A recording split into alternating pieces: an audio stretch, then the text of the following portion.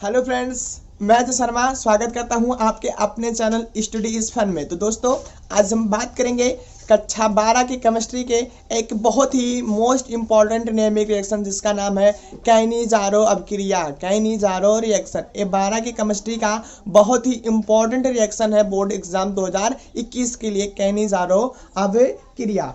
तो इस रिएक्शन को पढ़ने के लिए मैं इसके बारे में आपको थोड़ी सी बातें बता देता हूं। तो पहली बात, इसकी जो पहला मेन पॉइंट इसमें क्या होता है कि ये जो रिएक्शन होता है इसमें जो ये रिएक्शन होता है इसको केवल एल्डिहाइड देते हैं। इसको कौन देते हैं?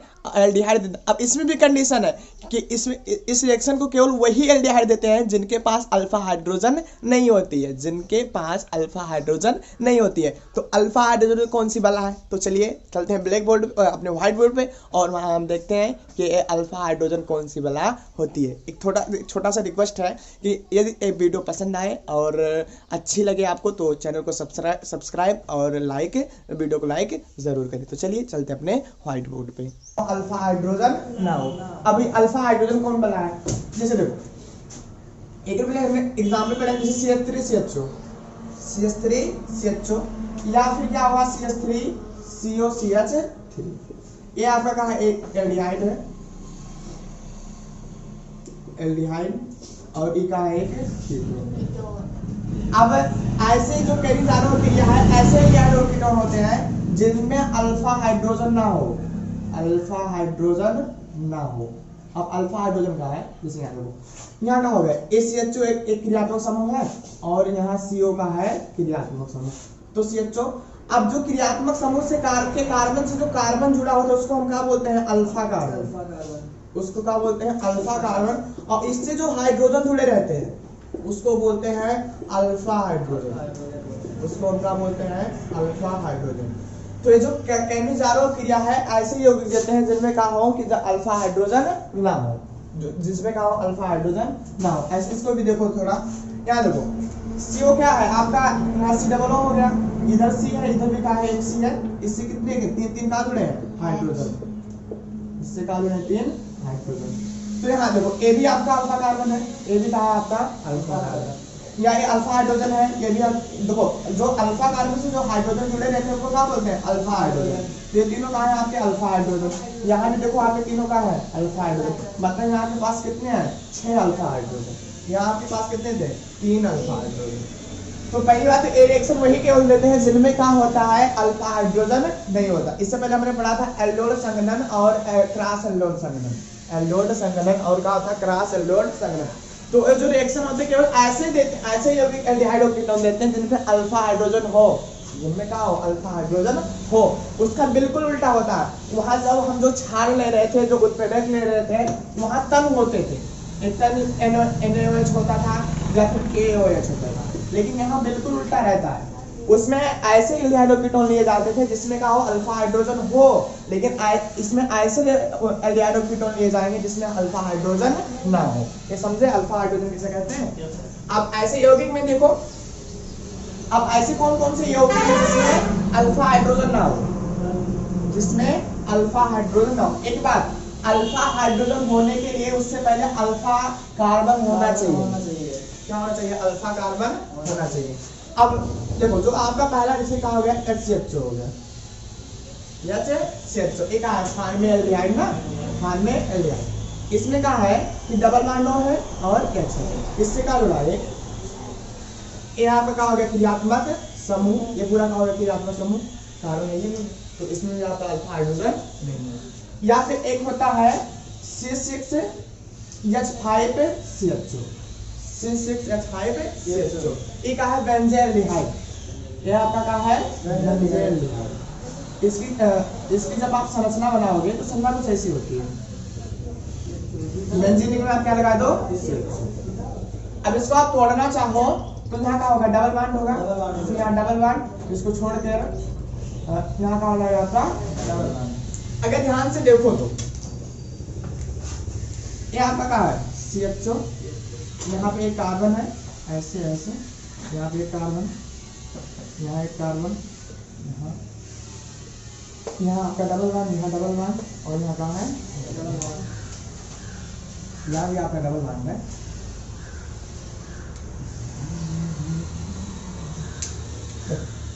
ये आपका क्रियात्मक समूह हुआ, इससे क्या जुड़ा है?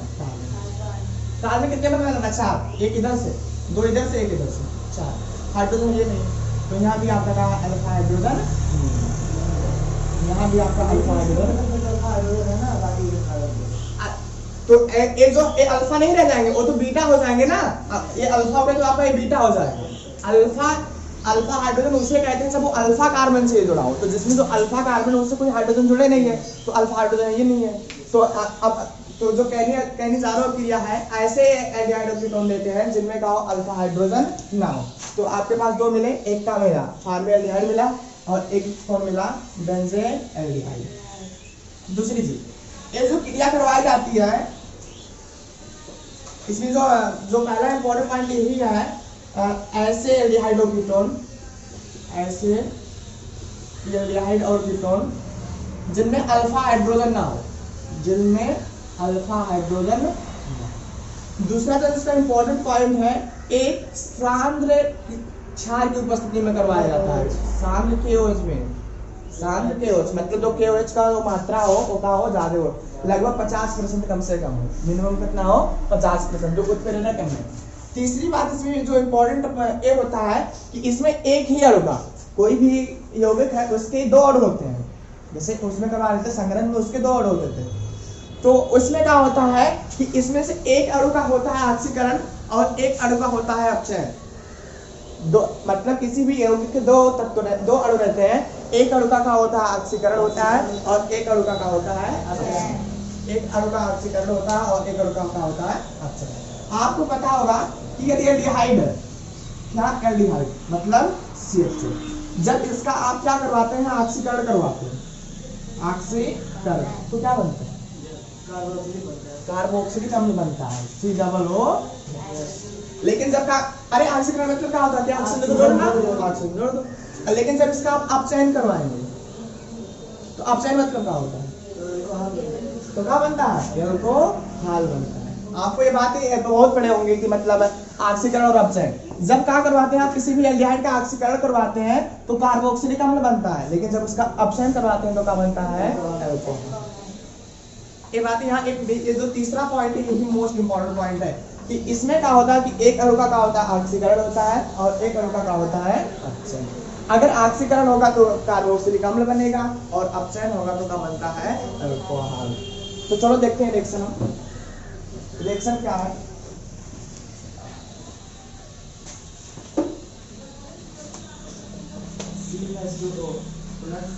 अब इन्हें चालू किया तो जाहिर सी बात आपका लोग फॉर्मेल्डिहाइड करवा, क्या फॉर्मेल्डिहाइड।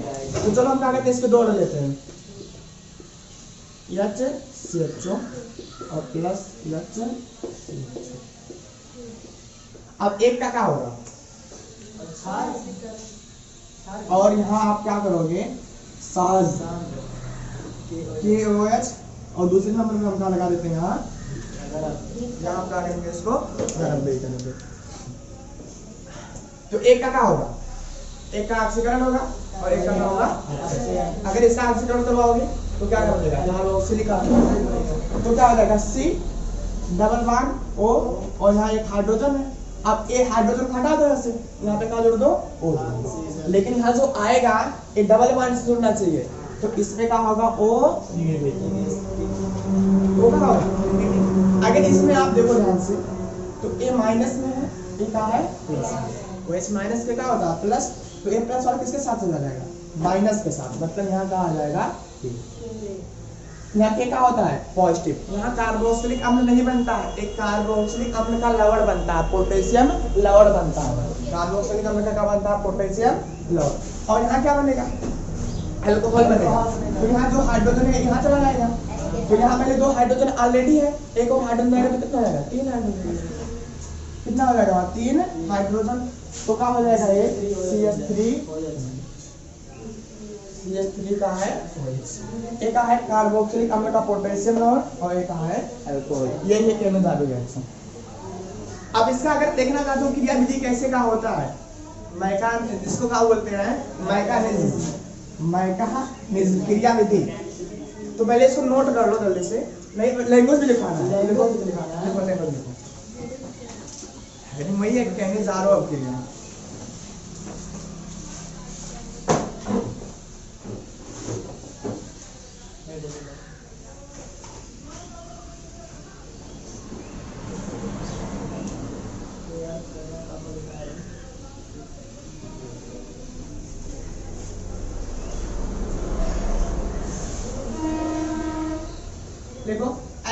एल्डिहाइड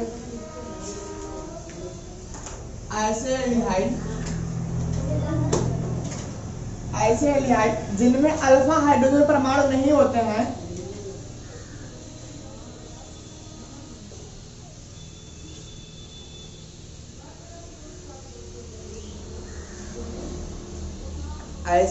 ऐसे एल्डिहाइड जिनमें अल्फा हाइड्रोजन परमाणु नहीं होते हैं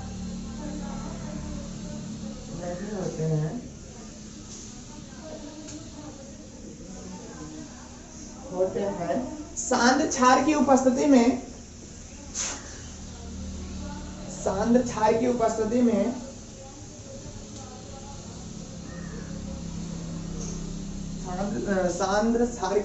में गरम करने पर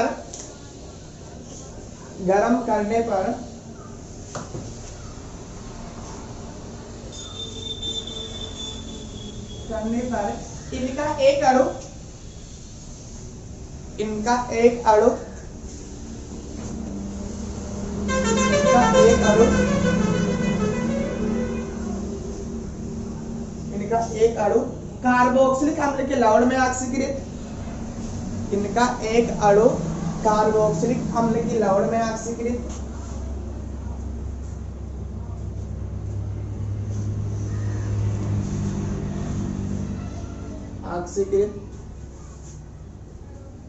तथा दूसरा अणु अल्कोहल में अपचयित हो जाता है। एक अणु कार्बोक्सिलिक अम्ल के लवण में ऑक्सीकृत तथा दूसरा अणु अल्कोहल में अपचयित हो जाता है।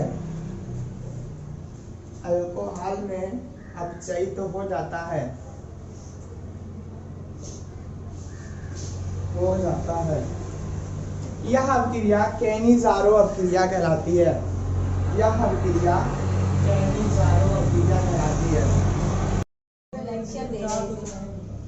छोटा छोटा इस बार लिखते हैं, थोड़ा ऊपर से लिखते हैं। ठीक हो